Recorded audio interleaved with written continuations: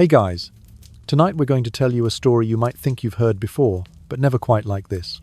A woman born under the harsh shadow of disgrace, stripped of her title as a child, raised amidst plots, betrayals, and even curses, and yet she became one of the greatest queens in human history. Tonight, in this short historical segment, we'll explore the journey of a girl once thought forgotten, who rose to hold the fate of an entire empire in her hands. Overcoming every trap laid before her, every blood-soaked act of revenge, every calculated marriage proposal, every threat from foreign powers, and even the execution of another queen. Instead of being drowned by destiny, she turned her past into her weapon, and her loneliness into her strength. This is the story of Queen Elizabeth I, the Virgin Queen, the woman who transformed her purity into a political symbol, and her cold, piercing gaze into a warning to the most powerful empires of Europe. So, before you get comfortable, take a moment to like the video and subscribe, but only if you genuinely enjoy what I do here. Where are you watching this video from? What time is it where you are right now? Let me know in the comments below. I'd love to travel the world through your words. Now, dim the lights, maybe turn on a fan for that soft background hum, and let's ease into tonight's journey together. Elizabeth I was born on the 7th of September, 1533, at the Royal Palace of Greenwich. She entered the world not just as a child, but as a symbol of hope, of disruption, and of prophecy unfulfilled. She was the daughter of King Henry VIII and Anne Boleyn, a queen whose very presence at court was both controversial and cataclysmic.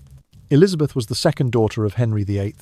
Her elder half-sister Mary was born to his first wife, Catherine of Aragon, and her half-brother Edward would later be born to his third wife, Jane Seymour. These three children, Mary, Elizabeth, and Edward, would become central figures in a turbulent saga of succession, death, faith, and power. But on the day Elizabeth was born, only one thing mattered to the kingdom. She was not a boy. To truly understand the significance of Elizabeth's birth, we have to return to her parents' union, one of the most dramatic, divisive, and consequential love affairs in Western history.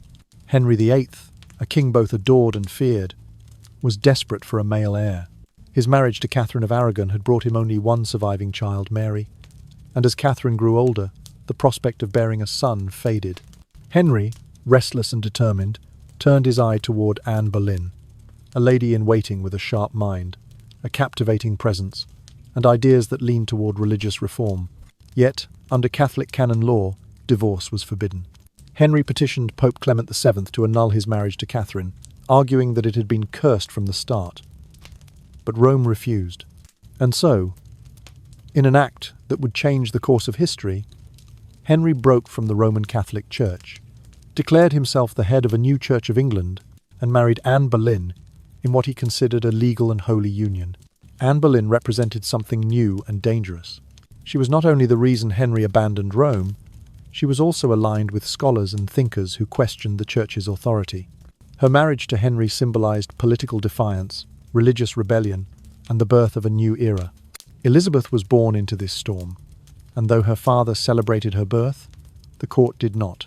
She was a girl, an intelligent, alert, healthy girl, but in the eyes of the nobility, she was a disappointment. A son was expected. Henry had risked everything: his reputation, his kingdom, even his soul, and for that, the world expected a prince. Still, Henry named her Princess Elizabeth, after his mother, Elizabeth of York, binding her to the lineage of the Tudor Rose. But even this royal title would prove fragile. After Elizabeth's birth, Anne suffered multiple miscarriages, each more devastating than the last. The pressure mounted, rumours multiplied. Henry, whose desire for a male heir remained unfulfilled, began to distance himself. In the year 1536, when Elizabeth was not yet 2 years old, Anne Boleyn was accused of adultery, incest, and treason, charges widely believed to have been fabricated by Henry's advisers. She was found guilty, and on a spring morning at the Tower of London, she was beheaded with a French sword. With Anne's death, Elizabeth's future collapsed overnight. She was stripped of her title, declared illegitimate just as Mary had been before her. The little girl who was once a princess became, in the eyes of the law, simply Lady Elizabeth. She was moved away from court, The world she knew disappeared. Henry remarried almost immediately to Jane Seymour, who finally bore him a son, Edward, Henry's long-awaited heir. But Jane died soon after childbirth, and the pattern of unstable loyalties, abrupt endings, and calculated marriages continued. For Elizabeth, childhood was a lesson in impermanence. She learned early that the favour of kings was as brittle as porcelain, and the future of a princess could be erased with the swipe of a quill. Yet in this shifting, uncertain world where religion was politics, and politics decided who lived and who died, Elizabeth survived. Not by force, not by inheritance, but by watching, listening, waiting. The little girl who was once declared a bastard would one day become a queen, unlike any other. But for now, she was just Elizabeth, a quiet shadow in a loud, dangerous world, learning even then how to stand her ground in a kingdom that did not want her. After her mother's execution in the year 1536, Elizabeth was stripped of her royal title, just as her sister Mary had been before her. Yet, even in this cold and calculated act, King Henry VIII made one thing clear: Elizabeth was still his daughter. She was his blood, not legitimate, not secured by law or church, but his nonetheless. Still, the king's acknowledgement did little to shield her from instability. Her childhood became a shifting maze of households, tutors, servants, and secrets. Elizabeth was passed from estate to estate, rarely staying in one place long enough to call it home. The once grand organization of her household fractured under neglect. Discipline crumbled. Finances were mismanaged. At one point it was recorded that Elizabeth lacked even proper clothing to present herself when summoned. Her existence, already marked by illegitimacy, was now coloured by disarray. Then, in the year 1543, a change gentle yet profound settled over her life. Henry married for the sixth and final time. His new queen, Catherine Parr, was unlike any of her predecessors. Intelligent, devout, politically astute, she became a stabilizing force in the royal home. Under Catherine's influence, both Elizabeth and Mary were restored to the line of succession, placed behind their young half-brother Prince Edward, who would one day become King Edward VI. But the restoration was imperfect. Neither daughter was fully legitimized, leaving them in a precarious legal limbo recognized by name, yet shadowed by doubt. Still, it was enough to give Elizabeth both a place and a purpose. Catherine Parr did something even more remarkable. She gave the young Elizabeth access to an education usually reserved for princes. Under Catherine's protection, Elizabeth found herself immersed in a world of languages, books, and art. She studied Latin, Greek, French, and Italian. Her tutors, including William Grindal and later Roger Ascham, recognized in her not just diligence, but brilliance. Ascham in particular introduced her to a method known as double translation. She would translate a passage from Latin into English, then back into Latin, all from memory. This demanded discipline, precision, and deep mental engagement. Elizabeth excelled. Her letters and translations from these years would later stun scholars, kings, and ambassadors alike. She did not just learn, she mastered. Her voice was poised, her thoughts were refined, and all of it was sharpened quietly, far from the noise of court. Yet even in these golden years, a shadow followed her everywhere. The memory of her mother's tragic death was not spoken of, but it existed in every glance, every whisper, every cold reminder that Elizabeth was not like other noble girls. She understood, even then, the truth. Love in the royal family was conditional. One wrong step, one failed alliance, one inconvenient marriage, and everything could vanish. That lesson would become painfully clear in the year 1548, when Elizabeth learned the first brutal truth about power and womanhood at court.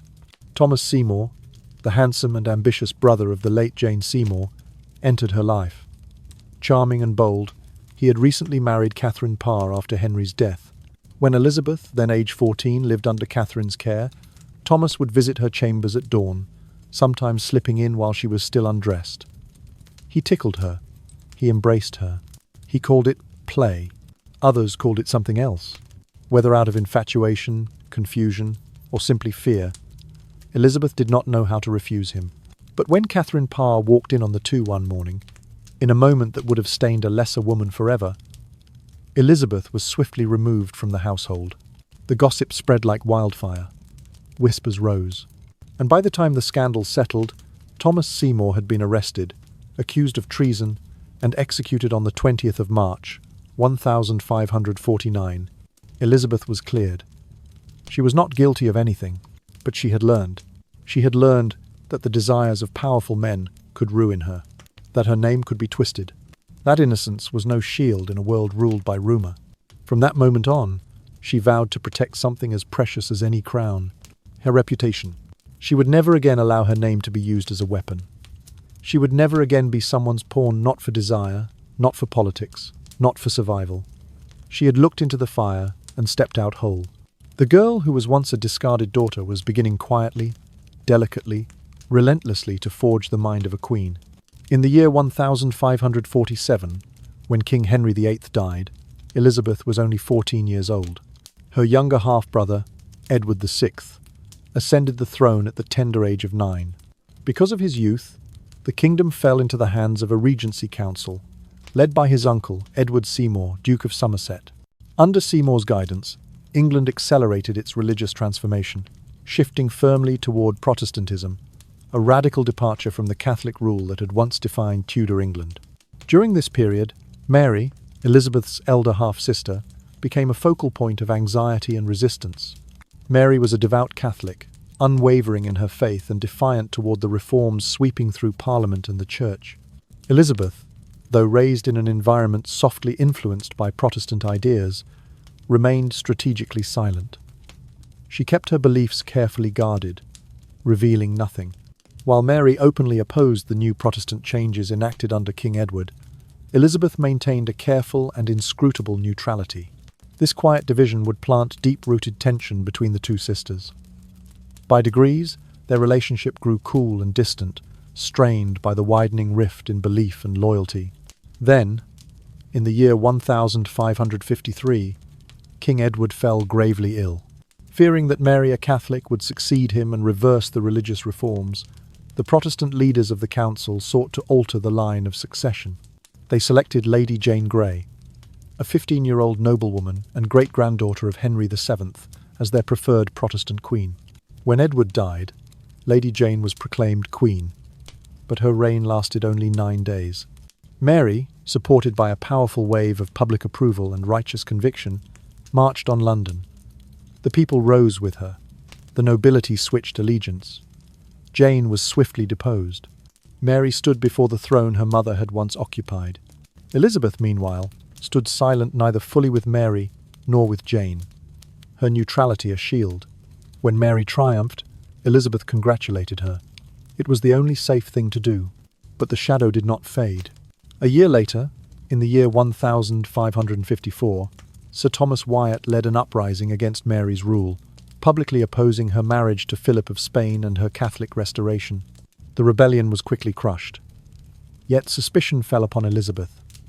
She was arrested and taken to the Tower of London, the same stone fortress where her mother had died. There, in cold chambers, under the shadow of axes and whispered accusations, Elizabeth's life hung by a thread. If Mary believed she had participated in the rebellion, Elizabeth would die. But there was no evidence, only rumours and fear. With careful words, steady restraint, and what must have felt like divine fortune, Elizabeth avoided execution. She wrote letters protesting her innocence in a calm, practiced hand. She showed humility in public and composure before her captors. Unable to prove guilt, the Queen released her, but not freely. Elizabeth was placed under house arrest, watched closely, her correspondence restricted, her movements observed. Every word she spoke bore weight. Every gesture mattered. Meanwhile, Mary's reign darkened. Determined to restore Catholicism, Mary initiated a campaign that would stain her name for centuries. Nearly 300 Protestants were burned alive at the stake, including bishops and scholars and ordinary believers. The fires of Smithfield lit the skies of London, and the title Bloody Mary followed her. In this atmosphere of fear, Elizabeth lived carefully. She watched. She listened. She spoke only when necessary. She understood better than anyone that religion and the accusations surrounding it were not just matters of faith. They were pretexts for control, excuses for violence, instruments of power. Under Mary's reign, Elizabeth slept lightly. She trusted no one. She endured interrogations, espionage, rumors and threats. But she learned. She learned that emotional control could be as sharp as steel. She learned that patience was a weapon. And she learned most of all that silence protected her better than any army ever could. The young woman who had once been a vulnerable girl, shuffled between households and titles, was now quietly building something far greater than safety. She was constructing her strategy for survival. In November of the year 1558, Queen Mary I died childless. Her short and turbulent reign left scars of fire and fear across the kingdom. And so, at 25 years old, Elizabeth, daughter of Henry VIII and Anne Boleyn, ascended the throne as Queen Elizabeth I. Her coronation did not begin with celebration, it began with a crisis. England stood divided along a fault line that had been carved by 2 decades of religious upheaval. And at the very centre of that divide stood Elizabeth, a woman born under controversy, raised in uncertainty, and now responsible for bringing balance to a nation exhausted by rebellion, flames, and shifting doctrine. To Catholics, she was illegitimate, the bastard daughter of an unlawful marriage. Rome had never recognized the union of Henry and Anne. To accept Catholic authority now, Elizabeth would have to renounce her very right to rule. Yet the alternative was equally dangerous. To enforce Protestantism too aggressively risked igniting another war of faith, a war that could consume the fragile peace. Her solution was not to choose one side, but to choose both, just enough. In the year 1560, she introduced what would become known as the Elizabethan settlement, a carefully crafted compromise, designed not to satisfy, but to stabilize. Through 2 key laws, the Act of Supremacy and the Act of Uniformity, Elizabeth restored the Church of England, yet allowed certain Catholic traditions to remain. She chose her title with precision, not head of the Church, as her father had claimed, but Supreme Governor of the Church of England. Those 2 words, governor, not head, were subtle, but they mattered.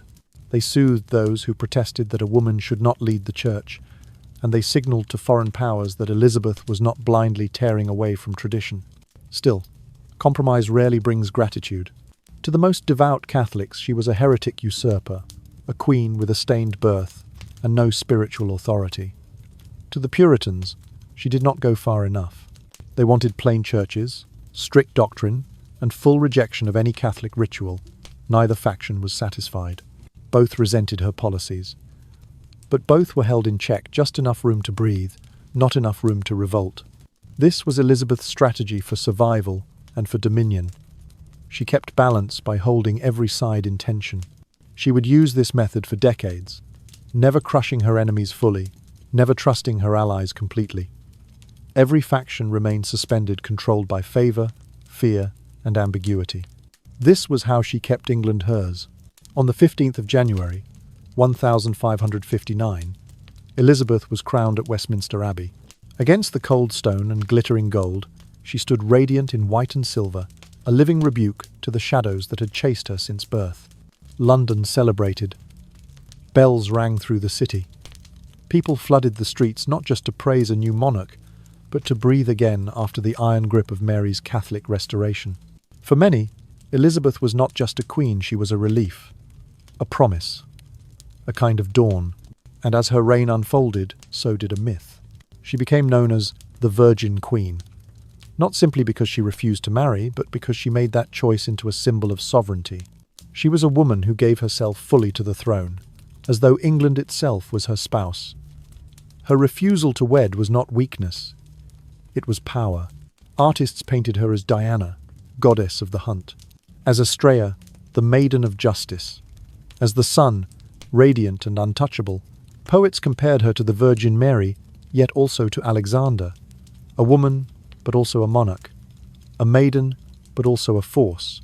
Her body, her choices, her image, all became political weapons.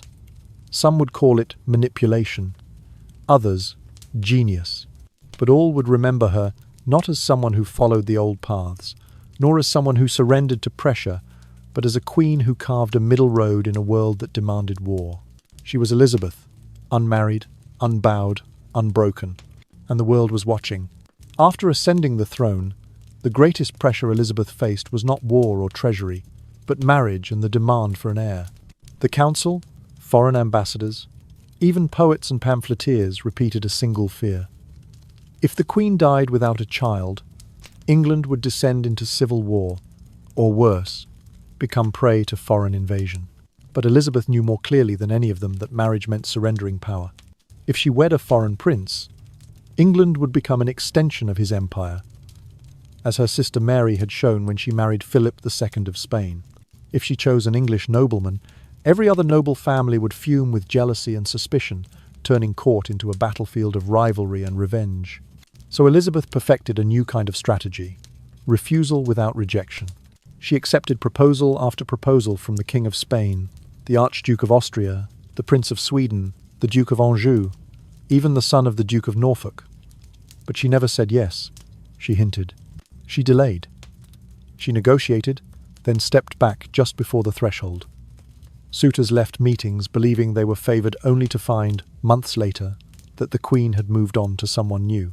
Elizabeth turned her unmarried body into a negotiation table, a weapon, a shield, and every monarch of Europe found themselves dancing to her tempo. Foreign kings sent portraits of eligible princes. Ambassadors wrote letters filled with hopeful optimism and creeping frustration. Elizabeth made them wait, listen, beg, and without shedding a drop of blood, she kept the peace by keeping them dreaming. Even in the midst of this web of proposals, one man remained closer to her than the rest. Robert Dudley, Earl of Leicester, her childhood friend, her master of the horse, the man whose name whispered through the corridors of royal gossip. Dudley and Elizabeth shared something that moved beyond formal affection. He knew her as Elizabeth before she was Majesty. She trusted him when she trusted almost no one. He had the rare privilege to speak honestly to her face, to laugh with her, to argue with her. They rode together in the mornings, danced together at night, and the court, watching them, saw sparks. Then, in the year 1560, tragedy struck. Amy Robsart, Dudley's wife, was found dead at the foot of a staircase, her neck broken. The coroner called it an accident. England called it murder. Rumours stormed the kingdom Elizabeth and Dudley had conspired to kill Amy so the Queen could marry her favourite. Letters of outrage spread across Europe. Preachers thundered. Even the most loyal nobles began whispering behind closed doors. Had the Queen's heart betrayed her crown? Elizabeth did not abandon Dudley, but she did not marry him. She could not. To do so would not only legitimise the scandal, it would ignite revolt. Instead, she distanced without discarding, keeping him near enough to comfort her, distant enough to protect the throne. Dudley remained her confidant, the man she named Sweet Robin, the one she reportedly called her eyes, but never her consort, never her king. And so Elizabeth made her choice. She chose solitude with intention. She chose sovereignty over sentiment. She chose England over love. And from that choice, a legend was born. She was not just a queen. She was the Virgin Queen, a monarch who, rather than surrendering her body to one man, married her kingdom. A woman who refused to let any husband, foreign or domestic, place a crown over hers. A sovereign who lived not untouched, but untamed, holding every door slightly open, yet never allowing anyone to walk through. Elizabeth turned loneliness into power, turned expectation into strategy, turned her very name Virgin into something terrifying and holy. She was alone, but she was unstoppable, and all of Europe watched and wondered, how long could one woman keep every king at bay? They did not know. Elizabeth had been mastering survival since birth. During Elizabeth's reign, one shadow lingered constantly over her throne, a woman whose very existence threatened everything Elizabeth had built. Her name was Mary Stuart, Queen of Scotland, born with a stronger claim to the English throne than Elizabeth, in the eyes of many Catholics. She was the granddaughter of Margaret Tudor, sister of King Henry VIII. Her bloodline, at least according to Catholic law, was untainted by annulment or scandal. To Catholic Europe, she was not merely a threat, she was the rightful Queen of England. Mary was everything Elizabeth was not. She was openly Catholic. She had grown up in the splendour of the French court, fluent in courtly politics and romance. She became Queen of France as the wife of King Francis II, and when he died unexpectedly, she returned to Scotland a queen twice over, still young, beautiful, and surrounded by powerful allies. She expected Elizabeth to acknowledge her as heir presumptive, believing that her claim was obvious. Elizabeth refused, always polite, always measured, but never yielding. She sent letters soft as silk, sharp as steel, saying she would meet Mary, but only if Mary renounced her claim to the English throne. Mary never agreed. The two women became opposite poles, not just of faith, but of temperament. Elizabeth was cautious, disciplined, inscrutable. Mary was impulsive, emotional, confident in her charm. One queen ruled through restraint, the other through seduction and spectacle. When Mary returned to Scotland in the year 1561, she found a country no longer shaped by the Catholicism she had been raised in. The Scottish nobles had embraced Protestant reform, and they did not want a Catholic queen. Mary needed a political move that would bind her to England. So in the year 1565, she married Henry Stuart, Lord Darnley, a handsome, charismatic, but deeply flawed young man. He was also a Tudor descendant, which meant that any child born from the marriage would unite two royal claims and possibly overshadow Elizabeth forever. But what seemed like a strategic alliance soon descended into chaos. Darnley became paranoid, convinced that Mary was having an affair with her private secretary, David Rizzio, an Italian musician who had risen to become her confidant. One night, Darnley and a group of armed men stormed into Mary's chambers while she was 6 months pregnant, seized Rizzio, and stabbed him 56 times. His blood stained the floor beneath her feet. Though Mary and Darnley briefly reconciled, something in her had broken. On the 10th of February, 1567, a house where Darnley was staying exploded in the middle of the night. His body was later found in the garden strangled, not burned. Suspicion fell immediately on James Hepburn, Earl of Bothwell, a powerful nobleman who had long been close to Mary. Only 3 months later, Mary married Bothwell. The scandal was complete.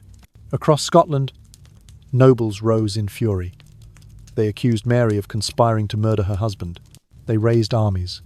They invoked the fury of the Protestant cause. Mary tried to stand her ground, but she was abandoned by allies, by advisers, even by many who had once sworn loyalty to her crown. She surrendered. And under pressure, she did what no queen ever wishes to do. She abdicated. Her infant son, born of the marriage she could no longer defend, was crowned James VI of Scotland on the 29th of July, 1567. He was 1 year old.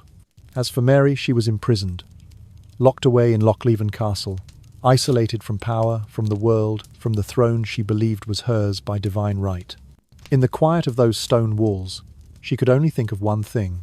If Scotland had rejected her, then perhaps England, her cousin's throne, was her destiny. But she did not yet understand one truth. Elizabeth was watching, and Elizabeth did not forget. In the year 1568, Mary Stuart escaped from Lochleven Castle. Exhausted, humiliated, and stripped of her crown, she fled across the Scottish border and did one thing that would change the fate of England forever. She asked Elizabeth for help. It was a move built on desperation and misunderstanding. Mary believed that Elizabeth, as a fellow queen and cousin, would understand her plight, would condemn the uprising that had dethroned her, and would help restore her to the Scottish throne. But Elizabeth was no fool. If Mary were restored to power, she would not be a grateful ally. She would be a Catholic monarch, with a stronger claim and a reason to resent the Protestant Queen of England.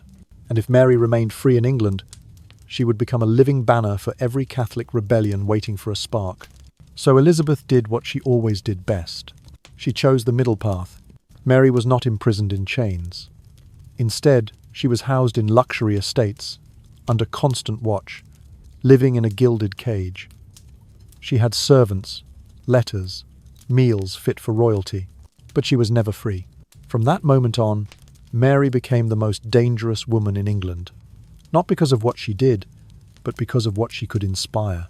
From the year 1569, Catholic unrest in England rose sharply. That same year saw the Northern Rebellion, a plot by Catholic nobles to free Mary and place her on the throne. It failed, and rebels were hanged.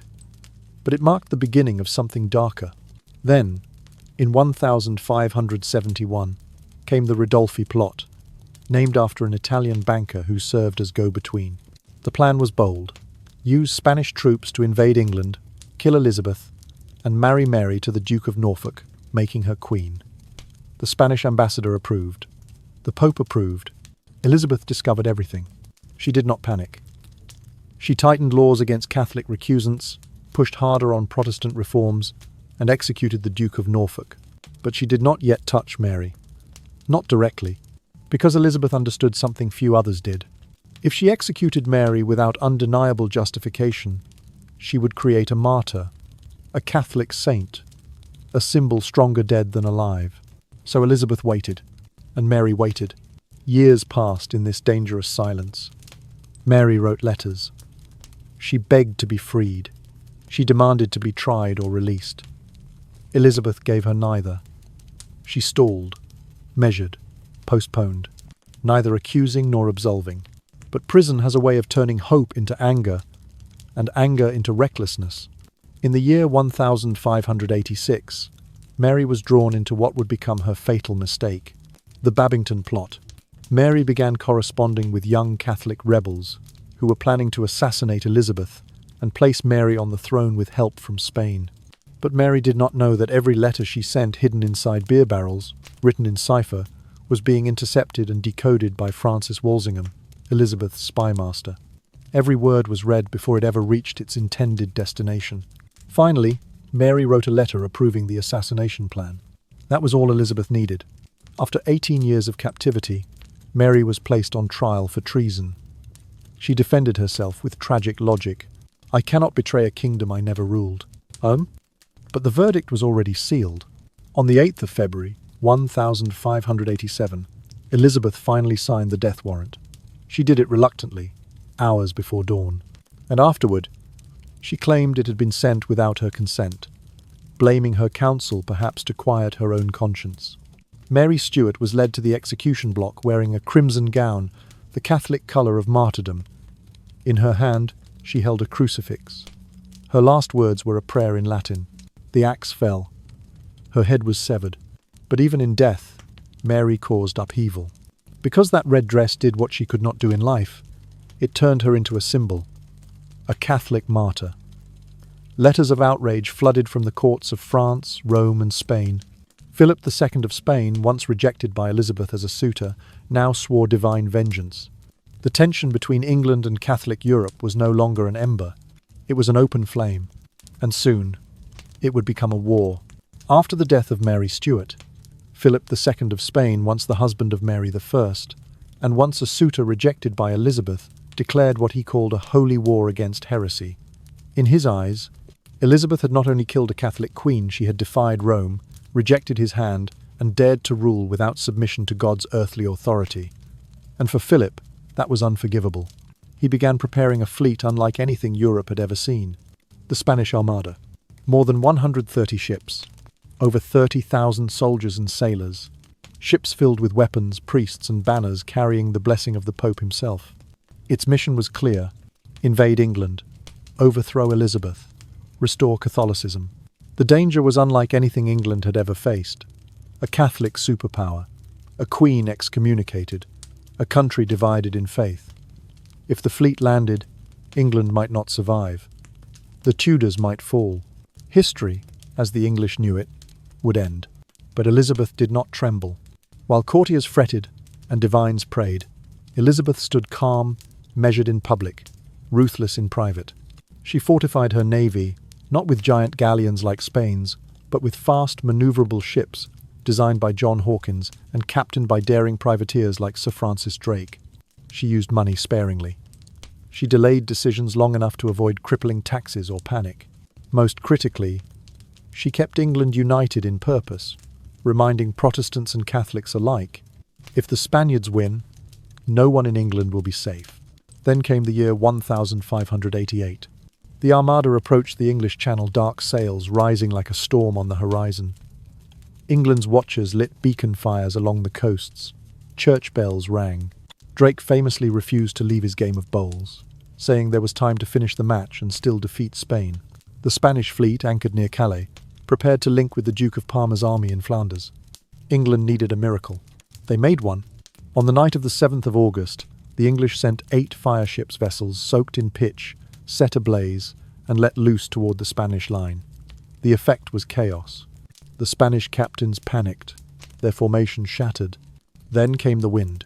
A fierce storm drove the disordered fleet northward, away from the invasion route, into deadly waters off the coasts of Scotland and Ireland. Ships wrecked against cliffs. Thousands drowned.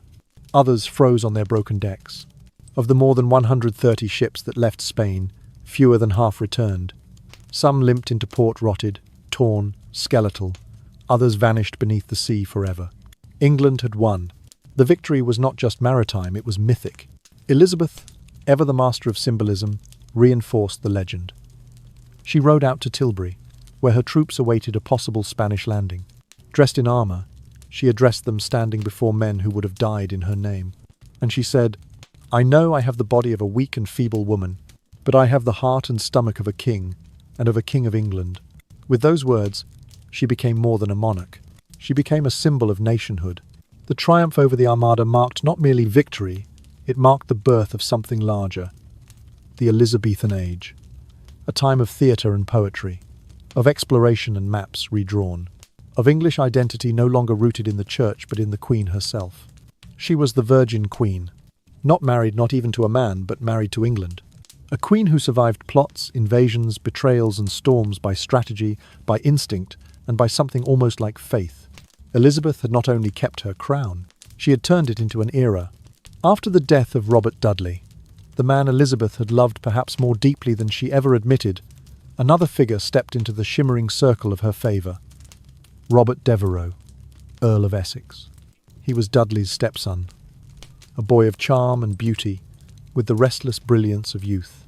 He was handsome, eloquent, daring in battle, everything that mesmerized the eyes of a queen who had spent a lifetime surrounded by cautious advisers and calculated loyalties. But Essex lacked what Dudley had so carefully mastered: wisdom, restraint, and instinct for survival. In the decade after the Armada, England was not at peace.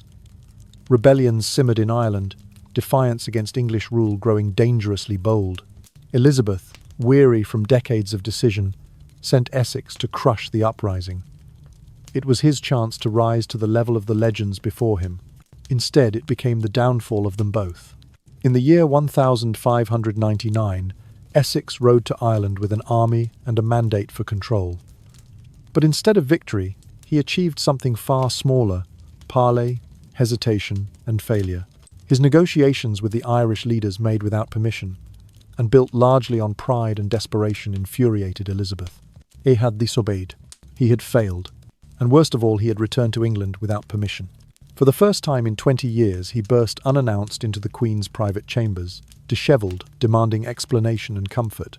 A shocking breach of royal etiquette. And more to Elizabeth, it felt like betrayal. She banished him from court. Essex, raised in the glitter of favour, had never learned how to survive without it. He fell into debt. He felt humiliated. And in the trembling corners of his mind, ambition turned to treason. On a cold February morning in the year 1601, Essex gathered a small force of men and marched on London. He believed he could spark a people's revolt, seize control of the government, and force Elizabeth to name him her successor, or worse, her keeper. But London did not rise. The rebellion faltered almost instantly. The gates were closed. The city remained loyal to the crown. Essex and his men were arrested before nightfall. Once again, Elizabeth faced the kind of decision that had defined her reign: to kill or to show mercy. Essex had been beloved, once. He had kissed her hand, written poetry for her, made her laugh in the fading evening light. But he had also betrayed her, and he had forced her hand. On the 25th of February, 1601, Robert Devereux was executed for treason. A single blow of the axe ended the life of the last man Elizabeth ever allowed close to her heart. When the news reached her, she locked herself away for days, refusing food, refusing counsel. One of her ladies-in-waiting wrote, "Her Majesty seems broken. She calls his name in soft lamentings, as though she has been left suddenly alone in a vast, cold room." It was more than grief. It was farewell to youth, to trust, to the faint thread of warmth still left in her rule. After Essex's fall, the court turned inward. Corruption crept into the chambers of power. War debts strained the treasury. Ambitious courtiers hovered like hungry crows around a queen who still would not declare a successor. For though the queen was aging, she never allowed anyone to see her weakness, nor her plans. She was the mistress of uncertainty, and she wielded it to the end. Her image remained her armor. Paintings showed her standing tall and ageless, adorned with jewels and symbols, wrapped in white and gold. They called her Gloriana, Astrea, Diana. She wore pearls, symbols of purity, and gloves to hide her trembling hands. She never appeared in public without full regalia. She never let them see her diminish. For Elizabeth, image was power. Silence was strategy. Distance was survival. And though she sat alone on the throne, surrounded by shadows of loyalty and betrayal, she ruled still with the same iron logic, the same unbreakable discipline that had guided her since childhood. Essex was gone, Dudley gone, Mary gone. The storms had passed. The scars remained. But the crown still was hers. At the end of her life, Queen Elizabeth I lived in a realm of shadows and silence. The great figures who had once filled her world were gone. Robert Dudley, her closest companion and perhaps her only true love, had died in the year 1588. William Cecil, Lord Burghley, her trusted advisor for 4 decades, followed in 1598. Others, poets, courtiers, childhood friends, one by one faded from her court, leaving behind a growing emptiness. Those who remained were new men ambitious, blunt, or disloyal. Men like Robert Devereux, Earl of Essex, who rose on her affection and fell on his own arrogance. Their betrayals, their ambition, their restlessness reminded Elizabeth of a truth she had long denied. She was alone. Her body, once an instrument of political performance, gloved hands, painted face, towering wigs began to betray her. Her teeth were gone, her joints stiff. She had trouble sleeping. Her hearing faded. The golden glow that portraits still claimed for her had become a careful illusion, painted over frailty. Still, she remained formidable. Still, she was feared. She forbade any mention of her death, and for years refused to name an heir. Her council begged her to secure the succession. Rumours whispered through Europe England might collapse into chaos at the moment of her death. But Elizabeth held her silence, as she always had. Some believed she feared the shadow of mortality. Others believed she feared the rise of a successor more than death itself, that she could not bear to watch another take her place. But perhaps the truth was simpler. She had spent her life fighting to exist in her own right. The idea of preparing to be replaced was, in its own way, a kind of surrender she was not ready to make. Except, in time, even queens must surrender. By the winter of 1603, Elizabeth's strength waned. She sat for hours on cushions piled on the floor, unable to lie in a bed, unable to rest. She refused doctors, refused priests. She sank into long, wordless trances, staring into firelight or the worn weave of her tapestry walls. The court held its breath. On the 23rd of March, they asked her one last time whom she wished to succeed her. She did not speak, but slowly, painfully, she raised her hand and pointed north. Toward Scotland, toward James VI, her cousin's son, the child of Mary Stuart, the woman she had condemned to death. A choice made not with affection, but with cold recognition. He was the only one who could prevent civil war. He would become James I of England, founding the Stuart dynasty. The next day, the 24th of March, 1603, Elizabeth died, silent and seated, surrounded by frightened attendants and flickering candlelight. She had ruled for 44 years. With her death, the Tudor dynasty ended. The page of history turned, and the Elizabethan age, with all its fire and poetry, its sailors, spies, and storm-tossed triumphs, slipped into legend. They argued over her legacy, even as her body cooled. Some said she was cruel. Some said she had dallied when she should have acted, that her caution cost lives and opportunities. Others saw in her a queen driven more by image than policy, more by ego than empathy. But history remembers her through a different lens. For in a world that told her she could not rule, she ruled. In a time that insisted she marry, she remained sovereign alone. In a web of plots, invasions, betrayals, and blood, she stood unbroken. She was a strategist with a poet's precision, a ruler in a man's world who refused to bow, a woman who used her solitude as a fortress, not a prison. Queen Elizabeth I left behind no children. But she gave birth to an era, and that perhaps was her greatest victory. Elizabeth ruled not only through policy and decree, but through the deliberate construction of an image, a mastery of perception that in modern terms we might call branding. From the moment she took the throne, she understood the unspoken truth of her time. A woman ruling alone would always be doubted, her legitimacy questioned, her strength underestimated, her decisions scrutinized through the lens of gender. So she crafted herself into something more than a monarch. She became the Virgin Queen, a reigning mother, a living icon, a figure both ethereal and formidable. Elizabeth designed her monarchy like a performance, staged not once but every single day of her 44-year rule. Her body became her strongest political weapon, not because she wielded it as an object of seduction, but because she withheld it. She refused to belong to any man, and by doing so, she symbolically married England itself. It was an unprecedented act of political imagination. She never allowed artists to paint her in decline. No portrait shows her truly aging. Every brush that touched her image did so under strict instruction. Her portraits are not women, they are symbols. White skin, powdered to perfection. A long swan-like neck, graceful and distant. Eyes serene, looking slightly down as though both beyond and above the viewer. The colours were deliberate. White, for purity, not just physical purity, but a spiritual innocence, untouched by corruption. Red, for power, the blood of her enemies, and her authority as ruler. Gold, for wealth and eternity, the shimmering light of prosperity she promised her realm. She wore pearls obsessively, hundreds sewn into her gowns, strings of them wrapped around her neck, hair, sleeves. Pearls stood for chastity, yes, but also for constancy, wisdom, and queenly self-possession. No matter how treacherous the court became, she wanted every eye to see firmness in her presence. And when she stood before her troops at Tilbury, armour glinting under the grey sky, her voice carried not only resolve, but theatre. I may have the body of a weak and feeble woman, but I have the heart and stomach of a king, and of a king of England. It was a line written into history, and Elizabeth knew it would be. This duality, femininity as a weapon, masculinity as a shield, was the core of her power. Her male rivals rode into battle in plate and steel. Elizabeth fought in silk and symbols. She avoided open war whenever possible, choosing instead whispered correspondence, calculated alliances, and the mesmerizing power of words. When foreign ambassadors bowed before her at court, she overwhelmed them not with swords or armies, but with unreadable poise.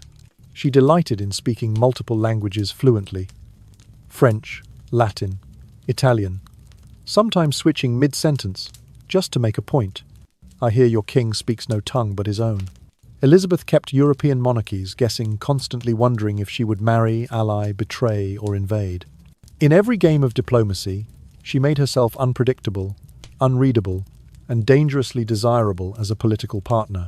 Perhaps most remarkably, she drew all this power not by being loved, but by being mythologized. She was Gloriana in allegory, Estrella, goddess of justice, in poetry, the sun, eternal and untouchable, in emblems and portraits. Even after the Armada fell, even after Mary Stuart was executed, even after Essex died by her warrant, Elizabeth's image remained untarnished in the public mind. She was immortal in her symbolism, beyond the reach of ordinary judgment. As age came for her, she resisted time itself with ritual. She slept little, ate sparingly, wore a wig of bright red curls, refused mirrors. She could not afford to let anyone see her weaken, for to do so might shake the nation's faith. And that was something she understood with a clarity that borders on genius. A monarch's power is only as strong as the image that supports it. So when people looked at Elizabeth, they did not see the frailty of her body. They saw an eternal queen standing tall above history itself. By the end of her reign, Elizabeth was no longer simply a ruler. She was a living legend, less flesh than symbol, protected by love and by fear. To her subjects, she was not just their queen. She was England itself. When one speaks of Elizabeth I, It is impossible to separate her from the cultural brilliance of her age. For under her reign, England did not merely survive, it glowed. It bloomed. It awakened into a golden age of art, words, and wonder. An age the world would later call the English Renaissance. The theatres of London swelled with voices, music, and candlelight. Streets that once held only markets and pilgrims now thrived with actors, poets, philosophers. And in the heart of it all stood a wooden, round building beside the River Thames, a place called the Globe. It was here that William Shakespeare unveiled his tragedies and comedies to a crowded, mesmerized world. To be, or not to be. O Romeo, Romeo, out, damn the spot. Words that continue to echo across centuries, across languages, were first spoken under the reign of Queen Elizabeth I. Alongside Shakespeare stood Christopher Marlowe, whose Dr. Faustus dared to look beyond mortal limits. Ben Jonson, sharp of wit and tongue. Edmund Spenser, who wrote The Fairy Queen, a sprawling poem, its heroine modelled after the Queen herself. These were not only great men, they were Elizabeth's men. Their pens, their stories, their applause, it all fed into the myth of a queen whose rule was not just political but poetic. Elizabeth understood something few monarchs ever do. Army conquer land, but art conquer memory. So she nurtured this renaissance not by accident but by instinct. She funded plays, invited poets to court, listened to sonnets and subtle flattery with the same attention she gave to military briefings. Even the voyages of Sir Walter Raleigh and Sir Francis Drake, captains and privateers of the seas, became legends in literature, their expeditions bound up with the idea of a bright, daring England that stretched ever outward. People praised her not only as queen, but as muse. The English, once a small Catholic kingdom hidden in the fog of medieval Europe, now saw themselves as part of something grand, a story unfolding. They believed their words mattered, that their minds mattered, that their queen had placed them on the stage of the world. To them, Elizabeth was more than the ruler of England. She was the pulse of their national confidence. Because under her reign, England stepped into foreign lands not only with sails and cannons, but with ideas.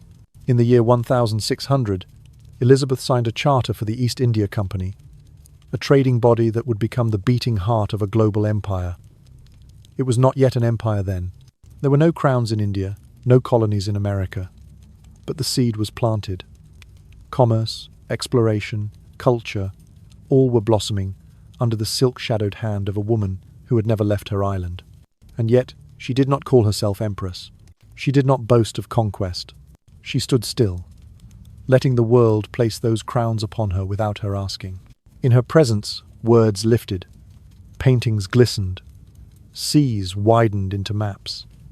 And the people felt quietly, deeply, that they lived not merely in a country, but in an age of eloquent voices and restless seas, an age whose flame would outlast even the monarch who lit it. This was her quiet triumph. She won the heart of her nation not with swords, but with stories. And under her reign, those stories became England's greatest legacy. For all its brilliance and pageantry, Elizabeth's reign was not made of gold alone. Beneath its shimmering surface lay shadows, cracks in the kingdom that even her radiance could not fully conceal.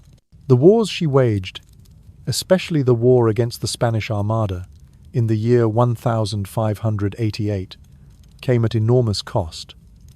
England poured wealth into ships, cannons, men. Money vanished into salt water and gunpowder. Then came famine and failed harvests. The winters cold, the summers dry. Grain prices soared. The coin lost value. And in the streets, the poor choked on the consequences. In a country still rooted in agriculture, every bad harvest was not just a statistic, it was a death sentence. When crops failed, the countryside emptied. People wandered roads in ragged clothes, begging for bread, sleeping under hedges, dying nameless deaths in ditches. They became known as vagabonds, a word that meant not just homeless but unwanted. The Crown, troubled by this growing tide of suffering, enacted laws that would later be seen as the dawn of Western welfare. The Poor Laws. These laws divided the destitute into categories. The able-bodied, who could work and must be put to labour. The infirm or elderly, who could receive relief. The idle, who might be whipped, imprisoned, or returned forcibly to their birthplace. A gesture toward compassion, Yes, but also a confession. The gap between the glitter of Elizabeth's court and the hunger of her people had become too vast to ignore. And yet, in matters of power, Elizabeth remained unyielding. She imprisoned members of Parliament who dared speak of her succession. To her, the throne was not a topic of debate but a sacred seat, and any challenge to her rule, even in words, was treason in disguise. She censored publications, especially those questioning her marriage status or encouraging reform. She issued proclamations forbidding abortion, viewing the control of women's bodies as an extension of the state's moral authority. She monitored Catholic worship, forbidding Mass under penalty of fine or imprisonment. For her, religious loyalty was political loyalty, and she would accept no uncertainty in either. And then there were the Puritans, men who believed the Church of England had not broken far enough from Rome, men who despised ceremony, stained glass, vestments, kneeling. They spoke of plainness, purity, the removal of all Catholic echo. Elizabeth rejected them. She told them, gently but firmly, "I will not open windows into men's souls." Her private faith remained guarded. She allowed some Catholic rituals to remain, much to Puritan fury. She refused to purge the Church of every symbol, every ornament. She sought balance, but her refusal to yield made enemies on every side. And here lies a paradox that defined her reign. There was an Elizabeth who ruled with a hand of iron, fierce, unbending, unwilling to share sovereignty with Parliament, Church, or suitor. Yet there was also an Elizabeth deeply alone. She lived surrounded by watchfulness servants who could not speak freely, counsellors who obeyed but did not embrace her, walls without warmth. Letters arrived daily of assassination threats, poisons, plots. Even her meals were tasted before she could eat them. Some nights she sat before the mirror and removed her wig, saw the thinning hair, the fading skin, and whispered the saddest truth of all. She had never been loved purely. Not as a daughter, not as a wife, not as a woman, only as a queen. She slept lightly, trusting no one fully, carrying the weight of a nation on her shoulders, even as her heart bore its own silent ache. And yet, though cracks spread beneath her kingdom, though hunger haunted the fields, and preachers thundered against her moderation, Elizabeth endured. She remained, unbroken, unmarried, unfinished, a queen of contradictions, balancing soft power with sharp steel, steady governance with quiet fear. And her people, hungry yet hopeful, saw in her not perfection, but resilience. A monarch they could not fully understand, yet one they could not help but believe in. Elizabeth was the first monarch in English history to reign fully, independently, and without a husband, a statement that sounds almost ordinary today, yet in the 16th century was nothing short of revolutionary. Her reign was not an accident. It was not a throne handed to her by a benevolent court. It was a battlefield, and she walked through that battlefield alone, refusing every hand that tried to pull her into partnership, whether political, religious, or marital. History remembers Mary I, her half-sister, as a woman ruled by emotion, by Catholic devotion, by marriage to a foreign power. Mary was called weak, too feminine, irrational. But Elizabeth refused to be judged by those rules. She made herself two things at once, sharp as a king's sword and soft as a queen's veil. There were days she stood before Parliament and roared with the authority of a sovereign. "I do not desire to live longer than I may see this realm prosperous." And there were nights she wept privately over lost friends, over betrayal, over the unbearable weight of loneliness. But never, not once, did she allow those moments of fragility to weaken her rule. She turned them into armor. Under her, England did not merely survive, it transformed. And so did the idea of womanhood in power. She did not merely reject marriage, she weaponized it. She let kings and princes believe they might win her hand. She hinted, flirted, delayed, deceived. Every proposal became a diplomatic tool. Every suitor a pawn. Elizabeth was not granted sovereignty. She did not inherit acceptance. She claimed them both and held them tight until her dying breath. At a time when women were traded like property tokens to bind treaties, cement borders, produce heirs, Elizabeth broke the pattern. She did not marry France. She did not surrender to Spain. She did not give England a foreign king. Instead, she ruled beside kings François II of France, Philip II of Spain, Henri IV of France, and she met them power for power. Some tried to seduce her, others tried to crush her. None succeeded. Her rule was not flawless. She had enemies. She made mistakes. There were times she was paralyzed by caution, times she delayed decisions too long, times she let fear turn into silence. But what she never did was yield. She did not yield her crown to a man. She did not yield her mind to a church. She did not yield her legacy to time. Her reign left behind not just a stronger nation, but a rule book rewritten. She proved that a woman could govern not as a man, nor instead of a man, but as a woman, wholly, unapologetically, complexly, a woman who could laugh and rage and cry and rise, who could be warm yet unyielding, graceful yet ruthless, maternal yet masterful. Elizabeth rewrote the limits of power and gender simply by being both, a woman and a ruler. And so, through centuries of portraits and poems, twisted histories and mythic retellings, one truth remains untouched. She did not break her femininity to hold the sword. She carried both with the steady hands of a queen who decided no history would write her fate, except the one she claimed for herself. In the deepest quiet of night, when the flickering candles had burned low, and the hallways of Richmond Palace fell silent, it is said that Elizabeth often sat alone, wrapped not in silk, but in thought. For beneath the gold-threaded gowns, beneath the polished armour and the pages of history untold, one question lingers, gently, hauntingly. Who was she truly? Not the marble monarch, not the virgin queen adorned in pearls, but the woman beneath it all. Perhaps she was a woman terrified of love, not because she did not feel it, but because she felt it too deeply. A woman who learned very young that affection was conditional, that loyalty was brittle, that the softest parts of oneself could be weaponized. And yet she yearned for it still. There are letters in royal archives that speak of her giggling at court dances, flirting in 6 languages, teasing ambassadors, delighting in wordplay. But there are also silent entries in diaries of nights. She stayed awake long past the hour, pacing, restless with worry. Of the day she learned Thomas Seymour had been executed, and she shut herself in her room. Of the evening Robert Dudley died, and she locked his last letter in a jewelled casket, never to be opened again. She danced for hours at Shrovetide masques, her laughter rising like bells in the great hall, and later signed off on the death warrant of Robert Devereux, Earl of Essex, a man she had once kissed like a son. That night, they say, she fainted by the window. She was a queen who ordered ships to sea, over 130 of them during her reign, to defend England's shores. But in her prayers, whispered alone at dawn, she begged her God to spare the common sailors, for they are the marrow of my land. She was unwavering in public, but in private she plucked out her own grey hairs, wept when her beauty betrayed time, and ordered her last portrait softened, just enough to preserve the story she had laboured to become.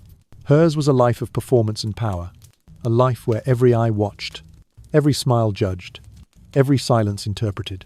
So yes, behind the myth, Elizabeth was likely a woman haunted by abandonment, the child of a mother beheaded, and a father who remarried 5 times.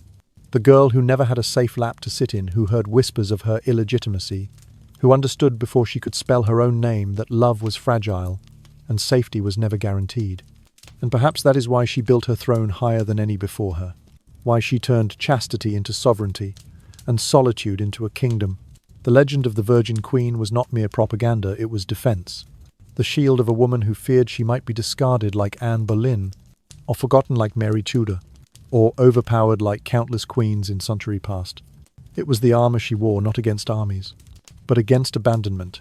Still, she wielded it with grace, brilliance, and a kind of lonely majesty the world will never fully comprehend. And when she died on the 24th day of March, in the year 1603, she did not speak a final proclamation. She made no royal decree. Instead, they say, she simply lay there for hours, silent and awake, surrounded by courtiers afraid to approach, as if she was crossing an invisible ocean no one else could see. She did not fight death. She let it come. For in that surrender, the only surrender of her life, she finally allowed herself to be only Elizabeth, not England. We remember her now through the portraits, the plays, the speeches, the ships. But more than all of that, we remember her for something few rulers ever embodied so completely. A woman with the weight of a nation in her hand, and a lifetime of private sorrow in her heart.